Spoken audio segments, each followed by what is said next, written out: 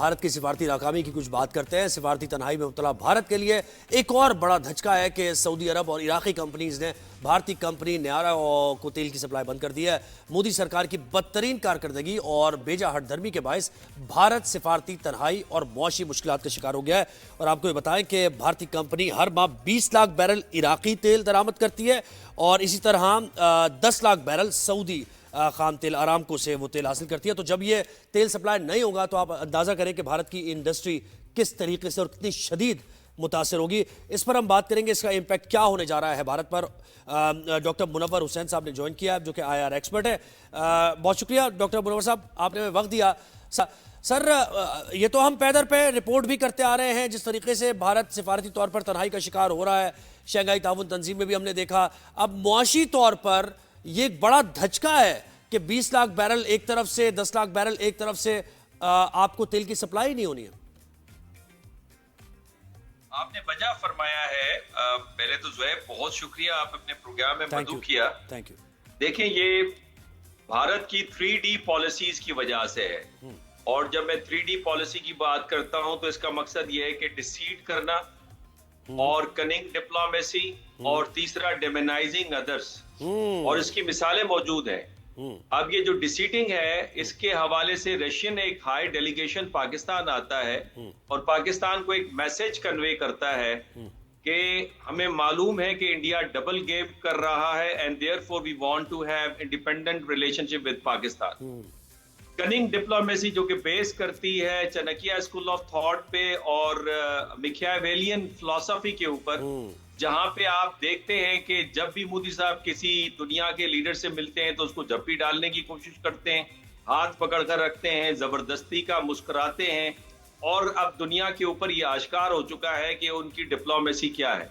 और तीसरा डेमोनाइजिंग अदर्स, आपने देखा पहले पाकिस्तान को EU डिसइंफोलैब के जरिए से, फिर हरदीप नजर के केस में कनाडा को उन्होंने डेमोनाइज करना शुरू किया और आजकल आप देख रहे हैं अमेरिका और प्रेसिडेंट ट्रंप के पीछे पड़े हुए। तो ये वो वजह है जिसकी वजह से पहले खित्ते के अंदर और अब बैनुल अक़वामी सियासत के अंदर भारत तन्हा होते नजर आ रहा है। और फिर नतीजा आप देख रहे हैं कि इराक ने भी और सऊदी अरब ने भी तेल के ऊपर पाबंदी आयद कर दी है। और इसका में एक और भी पहलू है, और पहलू ये है कि जब आप हठधर्मी दिखाते हैं और अपने अंदर आपकी लचक नहीं होती और आपको ये खाम ख्याली होती है कि आप नेट सिक्योरिटी प्रोवाइडर हैं इस खित्ते के, तो उसके नतीजे में होता यह है कि आप हर किसी से लड़ाई मोल लेते हैं। और आपकी जो ट्रेड है, भारत की जो ट्रेड है, वो तकरीबन $77 बिलियन की अमेरिका और अमेरिका के इत्तेहादियों के साथ ट्रेड में उसे फायदा होता है। मिसाल के तौर पे अमेरिका के साथ $130 बिलियन में तकरीबन $46 बिलियन का फायदा होता है भारत को। यूरोप के साथ तकरीबन $140 बिलियन की ट्रेड में $16 बिलियन का फायदा होता है। कनाडा के साथ तकरीबन 10 से 12 बिलियन में $3 बिलियन का फायदा है। फिर उसके अलावा लेकिन सर देखें ना, मिडिल ईस्ट, आप ये देखें मिडिल ईस्ट, बिल्कुल आप सही कह रहे हैं, लेकिन आप देखें ना कि डोनाल्ड ट्रंप ने तो 50% लगा के ये बयान भी दे दिया है कि कोई एक्सपेक्ट ना करे कि ये कम होगा टैरिफ। और इसके साथ साथ क्वाड इजलास में भी वो शिरकत की लग रहा है, यानी माजरत कर ही लिया उन्होंने, जो नवंबर में होने जा रहा है भारत में। और दूसरी तरफ चाइना को आपने ये देखा कि चाइना जैसी कंट्री, शी जिनपिंग ये बयान दे रहे हैं अभी शंघाई ताउन तंजीम में कि दुनिया में जंगल का कानून नहीं चलेगा, और इतने जबरदस्त वो स्टेटमेंट्स दे रहे हैं कि ये नहीं चलेगा जैसे पहले होता था कि ताकतवर कमजोर को खा जाया करता था। तो ऑल इंक्लूसिव की पॉलिसी चल रही है भारत के अंदर, ये रियलाइजेशन नहीं है क्या? भारत के अंदर नहीं है ना। भारत का प्रॉब्लम यह है कि भारत अपने तई अपने आप को एक पावर समझता है और वो दुनिया में जिस तरह की कनिंग डिप्लोमेसी करके अपने लोगों को ये पावर करवाना चाहता है कि देखें भारत की अहमियत है। जब वो प्रेसिडेंट प्यूटन और प्रेसिडेंट शी के साथ खड़े होकर मुस्कुरा रहे होते हैं, जप्पियां डाल रहे होते हैं, वो सिग्नलिंग कर रहे होते हैं एक अपनी कॉन्स्टिट्यूएंसी को, बिकॉज बिहार के इलेक्शन में उनको मुश्किलात दरपेश है। दूसरा, अमेरिका और वेस्टर्न वर्ल्ड को जहां की ट्रेड के में उनको फायदा है। अब वो ये धमकी ये दे रहे हैं, दिखाना ये चाह रहे हैं कि देखिए हम अपनी डिप्लोमेसी और ट्रेड को डाइवर्सिफाई कर रहे हैं। किस तरफ? चाइना के साथ। अब चाइना के साथ तजारत है भारत की $130 बिलियन की, जिसमें $100 बिलियन का भारत को खसारा होता है। $68 बिलियन की ट्रेड है रशिया के साथ, जिसमें $64 बिलियन का भारत को खसारा होता है। फिर वो इशारा दे रहे हैं कि हम आसियान से ट्रेड करेंगे।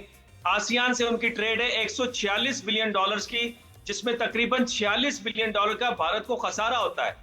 جاپان کے ساتھ جو $16 بلین کی ٹریڈ ہے، اس $16 بلین کی ٹریڈ میں بھی بھارت کو $10 بلین کا خسارہ ہے۔ تو یقیناً یہ بات تو یو ایس میں جو اسٹیٹسٹکس رکھتے ہیں تو یہ بات تو یو ایس کو یقیناً معلوم ہے، اور اسی لیے یو ایس کسی بھی صورت پیچھے ہٹنے کا نام نہیں لے رہا کہ الٹیمیٹلی انہوں نے ہمارے پاس ہی آنا ہے۔ دیکھیں زہیب، ہمارے ہاں ایک کرٹیسزم ہوتی تھی کہ ہمارے مڈل ایسٹرن مسلم نیشنز کیوں انویسٹمنٹ کر رہے ہیں بھارت کے اندر، کوئی $100 بلین کر رہا ہے، کوئی انعامات دے رہا ہے، لیکن آپ دیکھیں کہ اب اس کا نقصان، اور یہ میں نے پریڈکشن کی تھی کہ 300 سے 400 بلین کی جو ان ممالک کی انویسٹمنٹ ہوگی بھارت میں اور ٹریڈ کے حوالے سے، وہ بھی ریورس گیئر میں آئے گی، جس کا اشارہ اب آپ کو مل رہا ہے کہ جو 10 ملین بیرل تیل وہ منگواتے تھے ماہانہ سعودی عرب سے، اور 20 ملین بیرل جو ہے وہ عراق سے، وہ ان کا بند ہو گیا ہے۔ اور آپ کو یہ معلوم ہوگا کہ انڈیا تقریباً 9 سے 11 بلین سالانہ اس تیل کی مد میں کماتا ہے، اور یہ جو $77 بلین یا $70 بلین کی ہم ریزرو کی بات کرتے ہیں، $700 بلین کی سوری، کہ اس کے پاس ریزروز ہیں انڈیا کے، تو آپ اس سے اندازہ کر سکتے ہیں کہ اگر یہ ٹریڈ کا خسارہ آپ لگائیں، اگر $77 بلین یورپ سے کٹ ہو جاتا ہے، بالکل، اور اس کے علاوہ یہ جو $11 بلین اگر آپ اس کا بھی اندازہ لگائیں کہ یہ بھی اگر سالانہ انہیں منافع نہیں ہوتا، تو پھر اس صورت میں آپ ریزروز کی حالت دیکھ سکتے ہیں۔ بالکل، اور اس میں دیکھیں نا، بالکل آپ صحیح کہہ رہے ہیں کہ ان کے لیے ایک بڑی ایسی صورتحال ہے کہ اب وہ کسی بلاک کا حصہ بن بھی نہیں سکتے۔ آپ نے واضح کر دیا کہ اگر اس بلاک کا حصہ بننا ہے انہوں نے، تو ان کو کوئی فائدہ ایسا فائنینشیل گین ہے نہیں، لاسز ہی ہیں۔ لیکن پاکستان کو جب بھی میں اکثر یہ سوال کرتا ہوں جو ایکسپرٹس ہمارے ساتھ آتے ہیں کہ پاکستان ایسا کیا مختلف کر رہا ہے بھارت سے کہ ہم رشیا کے ساتھ بھی ہمارے تعلقات ہیں، رشیا بھی ہم سے سیٹسفائیڈ ہے، چائنا کے ساتھ بھی ہمارے تعلقات بہترین جا رہے ہیں، ایران سے بھی ہم نے جیسے اس کو بیلنس کیا ہے، حالانکہ بڑی کرٹیکل سچویشن تھی اسرائیل اور یو ایس کو لے کے، لیکن پھر بھی ایران سے تعلقات ہمارے، یو ایس کے ساتھ ہمارے تعلقات دوبارہ استوار ہوئے ہیں۔ آپ کیا ڈیفرنٹ دیکھتے ہیں پاکستان کی حکمت عملی میں جو پہلے نہیں تھی؟ دیکھیں، پاکستان کی جو 3 C's پالیسی ہے نا، آج کی نہیں 1970 سے لے کر، وہ پاکستان کو کامیابی سے ہمکنار کر رہی ہے۔ اس میں کوآپریشن ہے with the regional and extra regional powers، connectivity ہے اپنے اسٹریٹجک پارٹنرز کے ساتھ، اور تیسرا جو ہے کوآرڈینیشن ہے with the global powers as well۔